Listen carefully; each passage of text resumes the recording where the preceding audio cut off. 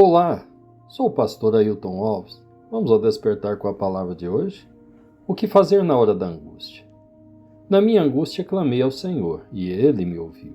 Salmo 120, versículo 1. Angústia é uma perturbação na alma, uma sensação de dor no coração, aperto e aflição, que em alguns momentos não sabemos sequer de onde vem ou o que provoca. Quase sempre é acompanhada de um componente existencial.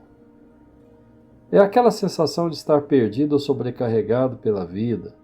As constantes pressões e preocupações provocadas pela vida moderna são alguns dos fatores mais determinantes para produzir a angústia. A busca por um lugar ao sol, a competitividade exagerada, as cobranças no trabalho, na escola e na família, e, sobretudo, as críticas e oposições de pessoas da relação pessoal ou coletiva, estão entre os principais fatores de estresse e angústia. Saber entender de onde vêm e como surgem já é um bom começo, mas não é tudo. Precisamos mesmo é saber o que fazer para lidar com ela. A maioria das pessoas busca o isolamento, outros se tornam amargos e ressentidos, o que só aumenta o isolamento. No Salmo 120 vemos os motivos e como esse personagem lida com o seu momento de angústia. A causa da angústia do salmista veio do meio agressivo em que ele vivia, com pessoas mentirosas e enganadoras, agravadas por um tempo muito longo entre estas pessoas.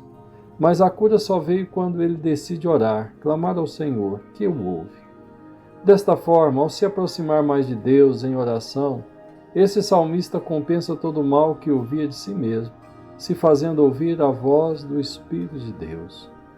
Aprendemos com o Salmo 120 que não precisamos nos afastar das pessoas ou mesmo pedir que Deus as remova de nossas vidas. Apenas devemos nos concentrar em orar mais e buscar a comunhão com aquele que nos ouve, responde e fortalece o nosso coração. Pois entre as duas possibilidades que temos para resolvermos um litígio estão a eliminação da força do adversário ou fortalecimento de nós mesmos. Jesus nunca nos garantiu que eliminaria aqueles que nos ameaçam ou nos ferem, mas garantiu que estaria conosco em todos os momentos e nos fortaleceria para, assim como ele suportou e venceu todas as tentações, nós também haveríamos de vencer. Ele não nos prometeu que removeria o nosso fardo, mas que o tornaria mais leve e suave. Com a ajuda do Senhor, iremos vencer a angústia e teremos paz no coração e na alma. Gostaria de orar com você e por você, que está passando por um tempo de angústia. Oremos.